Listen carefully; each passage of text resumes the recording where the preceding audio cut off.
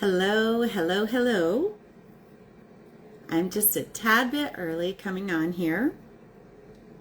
Actually, it's 2 o'clock Pacific right now, and I wanted to tell you welcome.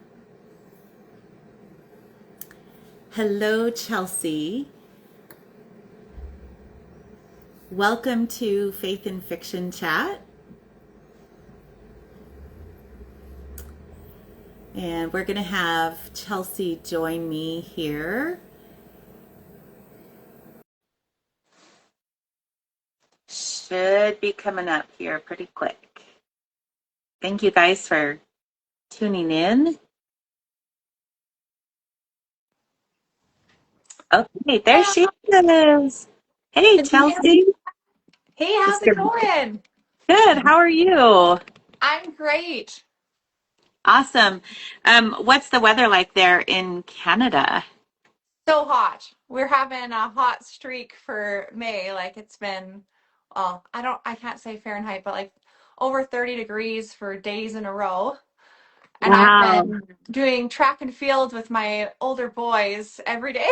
So I've been getting my fair Oh, share of vitamin D. oh my goodness. Yeah, it's overcast. It's cool here. It's unusual for this time of year for us Okay. in California. It's like, okay, this is a little too cold. Yes. Yes. Well, I am the Introverted Bibliophile, otherwise known as Angie Ochoa, and I am here today with Chelsey Welwood, who is the author of a book I absolutely adore.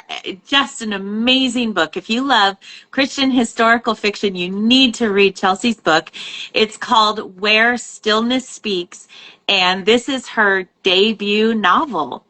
Mhm. So I'm so excited to talk to Chelsey. So Chelsey, you told me that you love to paint. What do you love I to paint? do. I actually, funny enough, I love portrait painting. And Wow. so I like to do that and like animals. I really appreciate like landscapes and florals, but I don't know. I find when I'm actually doing it, when I do like a portrait, that's what like draws me in and I feel the most relaxed. And Nice. yeah, I just enjoy it a lot more, which is interesting because when I write, I'm like extremely into the character. Like that's like my yeah, that's just my thing. Awesome. What's your medium?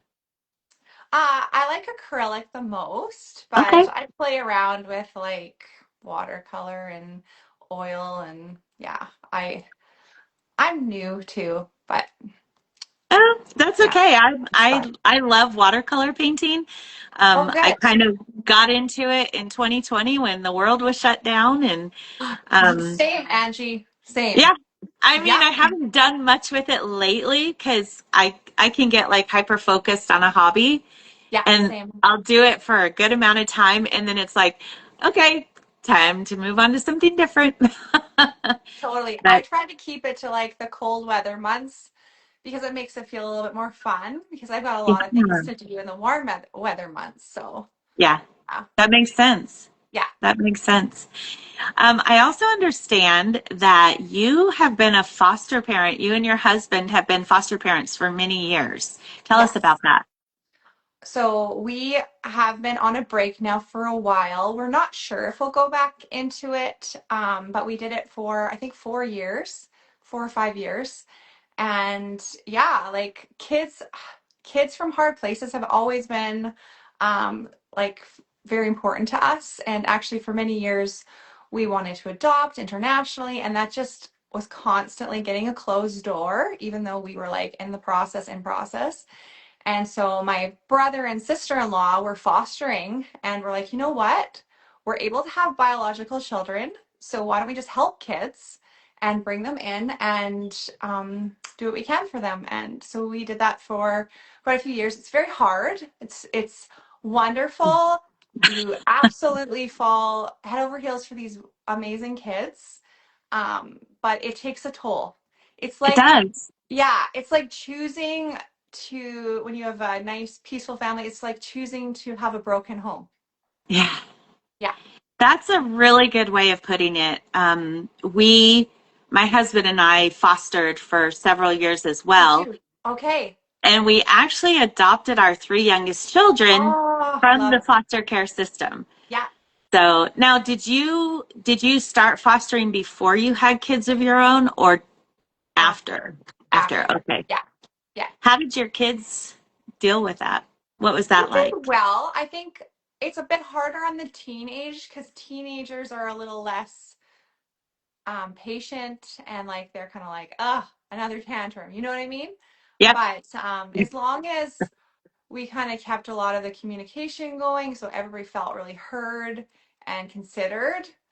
Yeah, like our Yeah. younger girls, so we have two boys and then two girls. Like our girls loved it because it was kind of another playmate for them.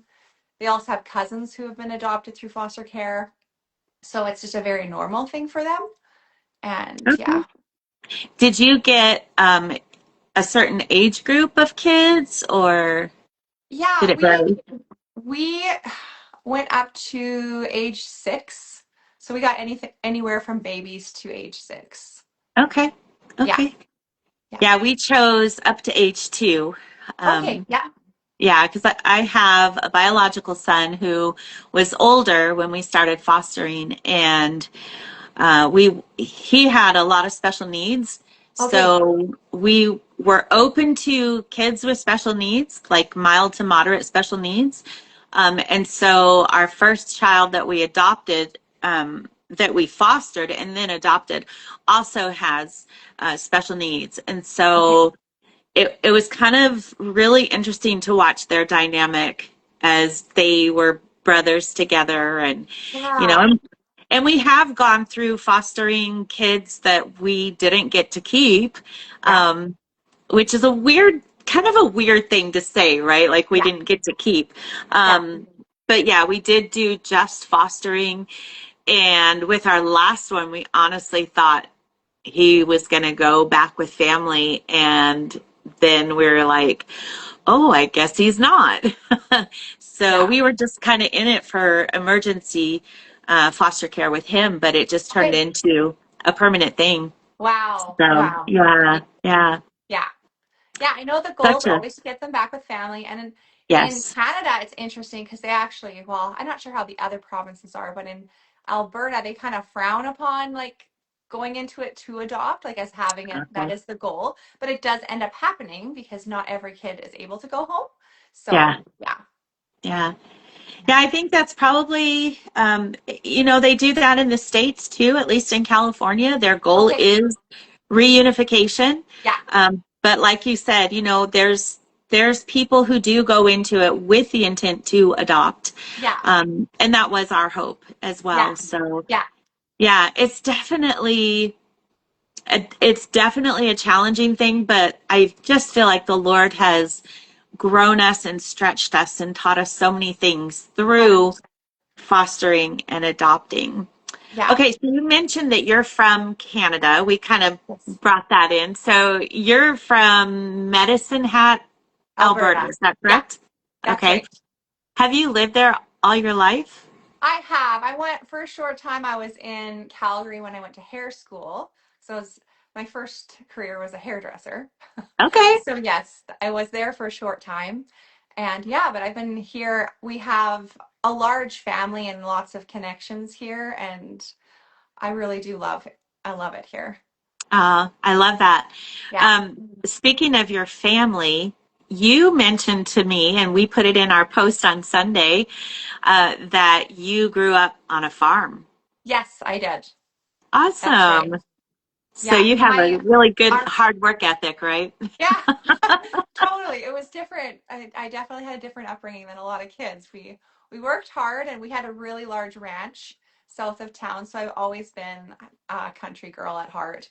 I lived in town for a short period of time, but I am back in the country.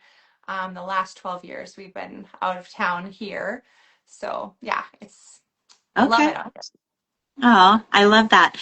Okay, so you mentioned that you did hairdressing for a while, Yeah, but you also had another kind of on the side job. Tell us yes. about that. Okay, so when my third baby was born, I got into weaving actually, and then I ended up turning that into a full-time job. It was I would weave baby wraps and I'd ship them all over the world. It was a very niche kind of a market, and I absolutely loved it. Like I would dye all my own yarn and fibers and make like pretty gradient patterns, and Wow. yeah, it's That's pretty cool. amazing. Did you sell on Etsy or did you have a website or? I sold off of Facebook. I had a platform on there. Okay. Yeah. Okay. And then I did have a little bit on Instagram, but that was just more just for if people were only on there. But most of Nice. it was through Facebook. Okay. And I had a website as well, but it was like run off of Facebook. Okay. So you mentioned that you have two boys and two girls. Yes. What is their age range? So my oldest, Creed, is 17. And then I have McKay, he's 15. And then Honor is 11. And Gemma is 8. Oh, that I love Yes. that. So 8 Yeah. to 17. Yeah. Okay. Yeah. A good Awesome. span. Yeah, for sure. And you have been married to your husband, Aaron, for how 20 many years. years? 20 20. years. Okay. Yeah. How'd you guys meet? We actually met, I went to a conference with my sister in the province next to us, like a Christian conference, and we met through that. Oh, that's Yeah. fun. Yeah. That's fun. Was Yeah. it love at first sight or was it Oh, it like was definitely slow attraction at burn? first sight. Oh yeah, absolutely. I had a big crush on him. I'm the one that like made the first move because I emailed him when he got home. I could tell. I was like, I think he likes me too, so I think it's pretty safe to Aw. yeah. So I Um, messaged him and then we started a friendship, and it didn't take too long till we were dating, and it was a quick dating. I think we dated for a year, we're engaged, and then he moved. We actually got engaged before he moved to our my town, okay. and 5 month engagement, and we're married, and here we are. 20 years later. Yeah. Yeah. That's a blessing to have that kind of longevity in this Yeah. day and age. Yeah. Absolutely. Yeah. So, what do you guys like to do as a family? Oh, what do we like to do? We like to like the boys like to throw the football together, and I don't know, like we'll go for bike rides sometimes. Um, we're kind of up for anything. I love things that are in the outside, and yeah, Okay, very cool. yeah. How do you balance your writing with family time? What does that look like? It really is nice because it's from home, right? So I'm Yeah. always available and there, and I try to like squeeze my writing in, or I guess it's not really squeezing, there's quite a lot of time that goes into it, but I try to work that in when they're doing other things. So they're already Okay. kind of busy, and then I kind of keep the evenings free and the Okay. mornings free. So usually I work in the afternoons. And are they like super supportive? Are they excited? Mom's Absolutely. a writer. Yeah, they're so amazing. Aw, I'm so blessed. Yeah, they're so aw, supportive, and they're I rooting love for that. me, and yeah. I love that. Okay, so I wanted to ask you what your faith journey has looked like. Like, when did you come to the Lord, and was it like just a slow thing through church, or was it this really dramatic thing? Okay, so I was raised in a Christian home, and so I had a really good family structure, and like my parents were Christians, and so I I don't remember a time where I never believed in God, but as I got older, it became more something that I took on for myself. I remember going to camp when I was 16, and I didn't go in there with many expectations, but it was a Christian camp. They were actually still building it, so it was nothing fancy. The chapel was like only like framed in, and there was Oh one my. guy standing with a guitar at the front. But the the presence of the Lord came so strongly. And I Ah, remember sitting and weeping as a 16-year-old girl just from the power of God and the presence of him. And I was so rocked. I remember going home and I was like, Mom and Dad, I'm never going to be the same. I am ah, going to live for Jesus. I'm never going to be the same. ah, And they were like, well, you've always been so good, Chels. Like, what's going to be different? I'm like, everything I do is going to be for him. And so that was a big turning moment for me. And I've had multiple of those, like, because it's not just this uphill thing, right, right? Right. right. We have It's, so many things that yeah, we have to go through in life and where no. we feel like we hit rock bottom and we have to get through it. So I went through a fair amount of like dealing with anxiety, and I had a lot of health battles that I had to go through, and Mhm. like going through that with the Lord and overcoming over and over again, and him being with me through every bit of that, losing my mom, and like there's just so Ah, many things where um we've done this life together, and I just continue to grow, and I have built such a trust in God that he is a good father, yeah. and yeah, he he does not let you down. No. I Yeah. was talking to someone the other day about this, about just going through some really, really hard things in life. And I honestly don't know how I would have made it through them without God, Yeah. because I can't even imagine how people do that. Like, Yes. having a child that was born with half a heart and, Oh, dealing with all the ramifications of that as a yeah. single mom, Yeah. I mean, that was really tough. And then we actually lost our son in 2019, Oh my um, gosh. because of his heart, and Oh, this is something like, these are the types of things that can make you or break you. Like, you either choose to trust in the Lord and know that, his timing is never wrong. His timing is yeah. so perfect. And you let him be your strength, or you just let it bury you, Yeah. and we've chosen to trust the Lord because he knows so much better than we do, Yeah. and life is hard. Yeah. I hurt for people who don't have Jesus, because life is hard Absolutely. without him. Absolutely. Absolutely. So that kind of leads me into wanting to talk about where stillness speaks, because when I read a Christian fiction book, I love to see the Lord, like the God story, all the way throughout the book. Yeah. I don't like to see it tacked on here Yeah. and there, as where like the main character might go to church every Yeah. Sunday or whatever, Yeah. You did such an incredible job of weaving the gospel message all the way through the story. I mean, it just was incredible. Um, and I just wanted to talk about that for a minute, because I feel like that's got to be a challenging thing to do, right? I mean, would you say that that's challenging to do that right? Um, I honestly would say that I didn't find it that difficult. Um, I feel like as a writer, if I'm sitting with the Lord regularly, and like when I started writing, I very much felt the Lord say, tell my stories.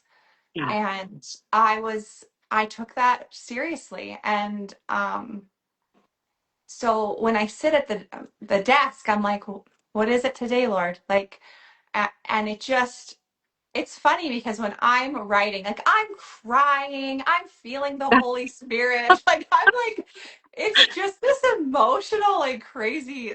I never expected that. Like, because you're trying to put yourself in the character's shoes constantly, Yeah. right? And be like, Yeah. what would I feel right now? Or what would she feel? Right. And so, and when I'm asking these questions, I'm asking the Lord these questions when I don't necessarily know the answer at the beginning of the book, right? So I'm like, Yeah. there's this tension where I'm like, it's almost like this. devotional like walk as I'm Yeah. writing it. And so is it difficult? Kind of, but it's something where I feel so like God is walking with me that whole time that it's just like it's a partnership.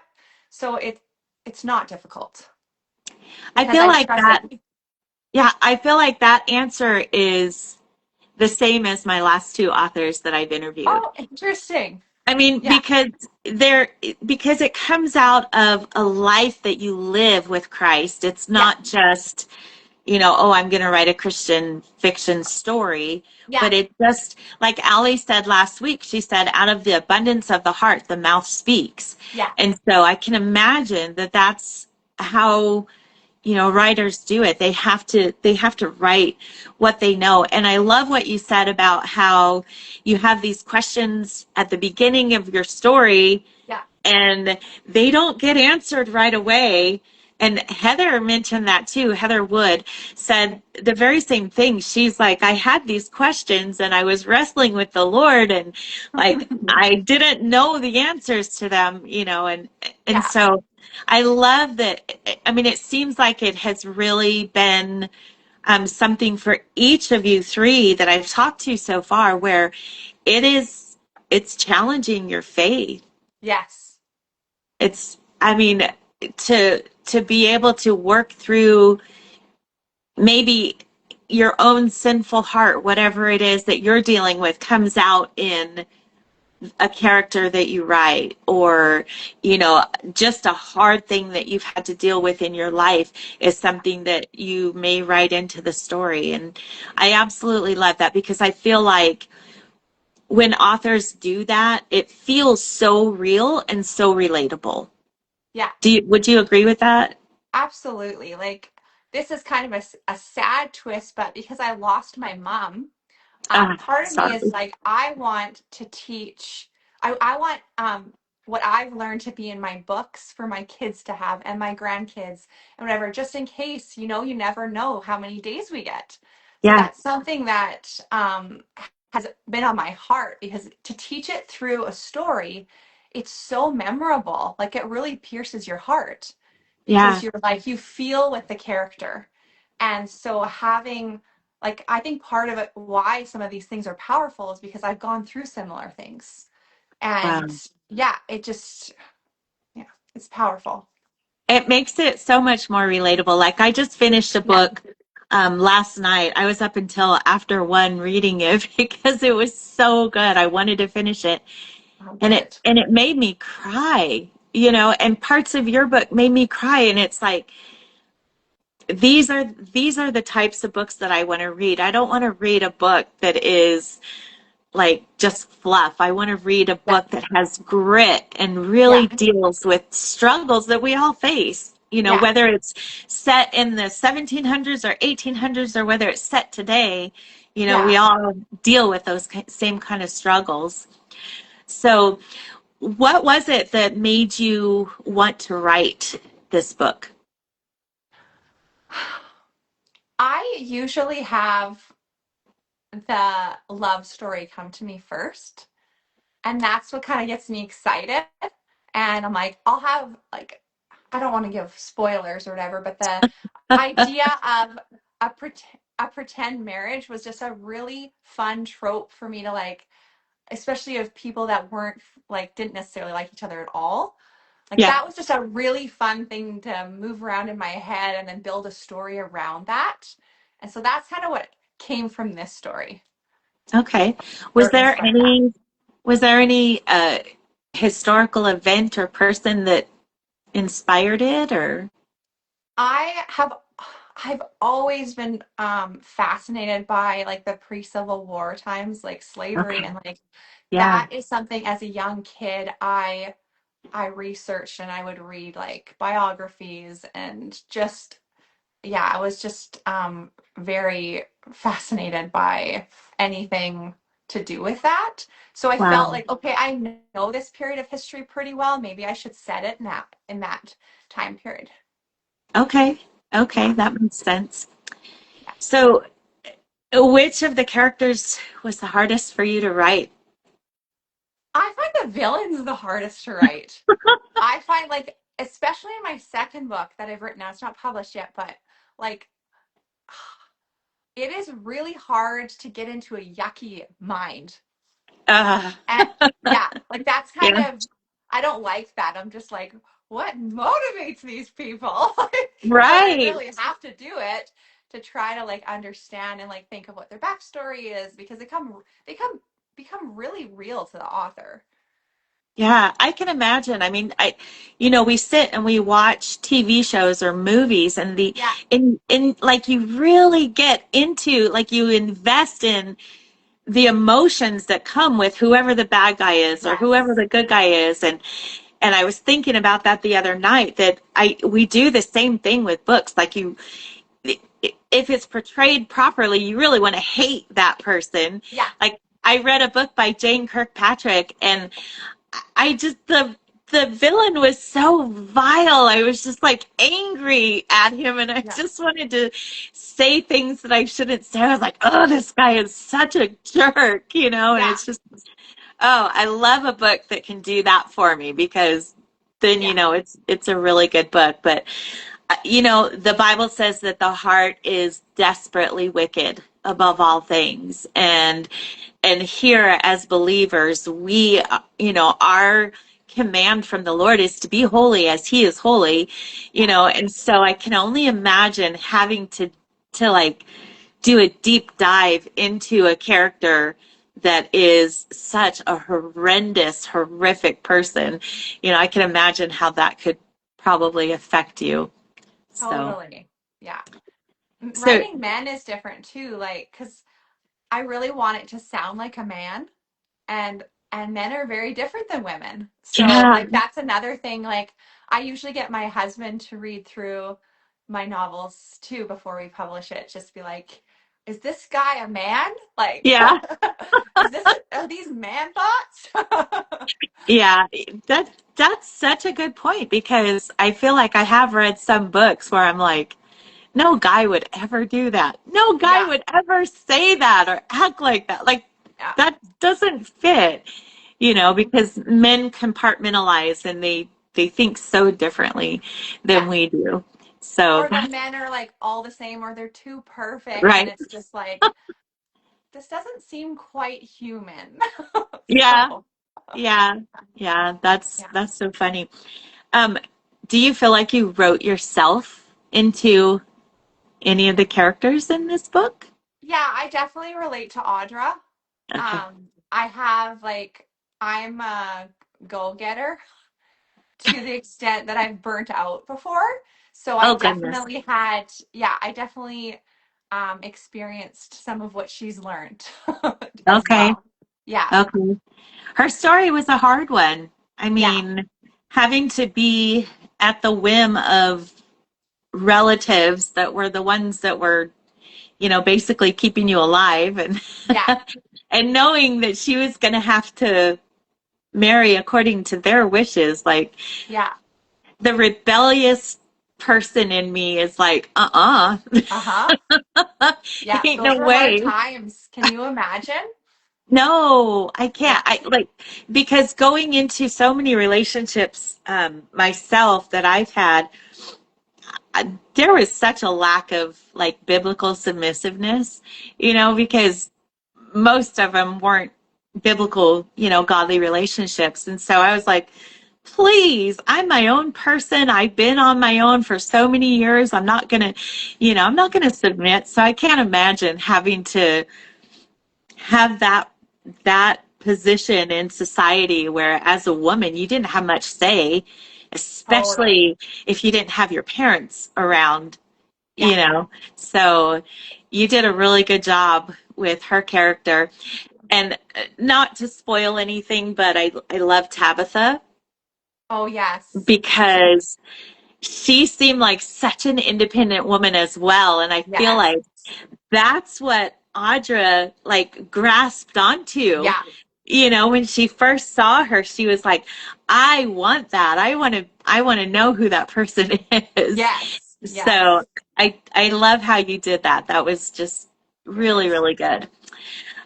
So is there a scene from that book that feels especially personal to you? I would say, oh, there's so many personal scenes. Any of the scenes where she's feeling the Lord speak to her, I feel like those are the scenes that um, they're just really special. Okay. Yeah, they're really special. Or even when Tabitha speaks, or even Evangeline, when they speak their heart to her, and she's just the blinders are starting to come off, and she's starting to realize her worth and her value. Like that's just very. I love those moments. Oh, I love that. Um, so you mentioned that you have another book coming out Yes. Yeah. soon. Tell us about it. Yes. Oh my. Um, this book is Evangeline's story. So for those, and I could people read it without reading the first book? Yes, but I would say not to because they're very connected stories. And I actually like, I'm not the type of reader that likes to read a lot of standalones because I love series so much. Yeah, So I've yeah. really interwoven my second book it so much so that it even kind of goes, there is a little bit of overlap Okay, to, yeah, just to show her POV okay. on, yeah, I love that. I love when authors, even when there's a completely separate book series, yeah, which I know you're not quite there yet, but when yeah, there's a different book series and then there's characters from a previous series, and you're yeah, like, oh, I know them, yeah, like I think Colleen Coble does that really well. She carries in characters from other series I and love it's like, it. I know who that That is is. my favorite because you get so attached to characters, and Yeah. there's always kind of a bit of a loss when a series is over. You're like, Yeah. huh, that's it for them, Yeah. So when they can do that, like I know Connellan Cassette has done some of that too. I haven't Um, read any of hers oh, yet. she's excellent. You should read Okay. hers. Yeah, I She's love in her. her name is in my little jar that I Oh, have good. of new to me Yeah, authors. So yeah, hopefully I'll get to pick her name out soon. But yeah. you know, um, another author that does that well is Michelle Shockley. And Okay, I've only read two of her books, only read but one. Yeah. I read Count the Night by Stars. Okay. And then after that I read Appalachian Yeah, Song. yeah.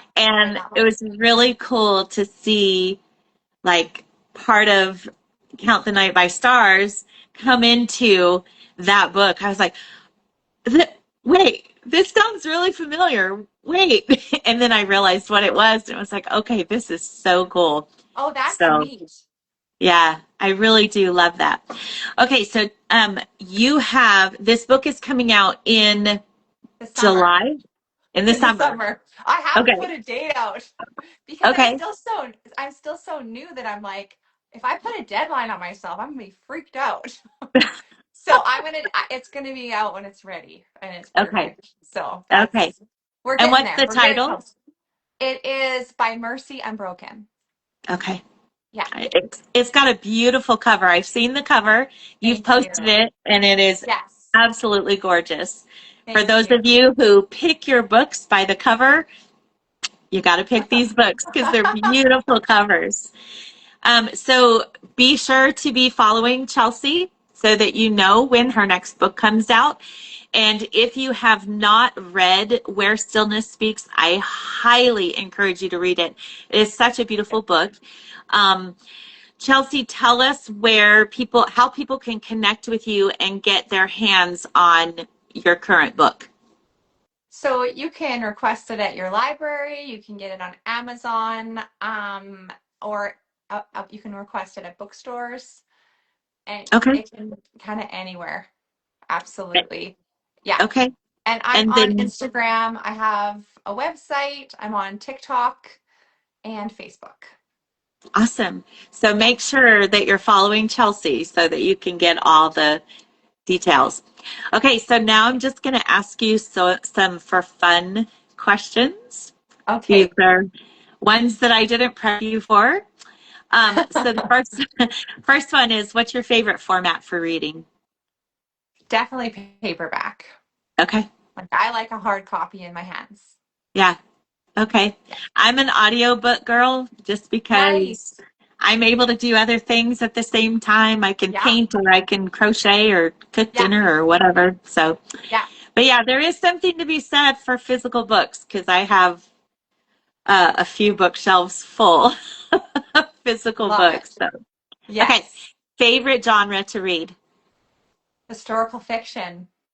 Okay. I'm great with biblical, like this, it doesn't matter where in history, I actually hardly ever read something contemporary. Okay. Unless it's Okay. an author, I'm like, I just love them or something. But Yeah, yeah. yeah, I haven't been a huge fan of like contemporary romance. If anyone has seen yeah. any of my posts in the past few months, it's growing on me. It's definitely Okay. growing on me because I Okay. didn't want any books that were like Hallmarkish, to where they were Yes. so predictable and Yes. so I'm finding some authors that are doing contemporary Christian romance well and Cool. not cheesy. So I'm like, okay, it's growing on me. Oh, But cool. Oh, yeah. good. Okay, what is your favorite book ever? A Voice in the Wind, Francine Rivers. Okay, okay. Yeah, I read that when I was 14 and it like marked me. Yeah. Yeah, Yeah. yeah. I think I read that as a teenager as well, and Yeah. that was quite a book. Like her Yeah. books, there's so much depth to them. Okay. Absolutely. If you could meet one author, past or present, who would you want to meet and why? Oh my goodness. Past or present. I'm a huge Jane Austen fan, Okay. and but I would definitely Francine Rivers would be probably I how can I pick one? There's so many. Can I list a few? Of course, of course. This is your interview. I So really have been like enjoying Gabrielle Meyer. Is it Meyer okay. or Myers? Myers. Meyer. Myers. I've been really Yeah. enjoying her Timeless series, and I love Connellan Cassette, Tessa Afshar. The Yeah, those are the ones. biblical historical fiction, Yeah, right? Yeah. yeah. I've Okay. really been enjoying them. Okay. Is there a book that you would say, I mean, maybe Voice in the Wind would be that book, but that shaped you as a writer? I would say the Bible. Good answer. Yeah, Good answer. I would. So interestingly, I've always loved to read more like the pioneer days historical fiction, but it's Yes. actually hard to find the power of God Yeah. in that timeline. I find I see it a lot in biblical historical fiction, Yeah. but not, and that's kind of been my heart where I'm like, no, I'm going to bring that into that Yes. time period. So I Good. feel like that's kind of something that I do a little different. Okay. I love that. Yeah. Yeah, the pioneer times is my favorite part of history as well. Yeah. So pioneers and cowboys and that Yeah. kind of thing. Yeah. Totally. Okay. Dream place to visit if money and time were not an issue. Oh, probably Europe. Um, I want to go anywhere where there's really like old history. Yeah. Yeah. Yeah. The buildings alone, Yes. incredible architecture Yes. back then. Yeah. It's so funny. My son I was looking at something um that had like clockwork in it from like Vienna or somewhere, I think, or Poland, a picture in a group chat on Instagram. And my 12-year-old son came and looked over my shoulder and he's like, that seems like a big waste of time. Like, doing that kind of architecture, artwork, or whatever. And I was like, son, what is wrong with you? Where have I gone wrong in teaching you? Because we're homeschoolers. Yeah. And I was just like, this is the way art should be. This is the way, it used to be where people would just put in so much time and effort into buildings and into paintings. And, Yes. it wasn't about the lowest cost possible and, the best efficiency possible. It was just such craftsmanship. So I thought Yes. that was funny. But yeah, is there a particular country in Europe that kind of calls to you? Um, oh man, a lot of it. My dad was just to Portugal. I would love to see, or Um, Italy.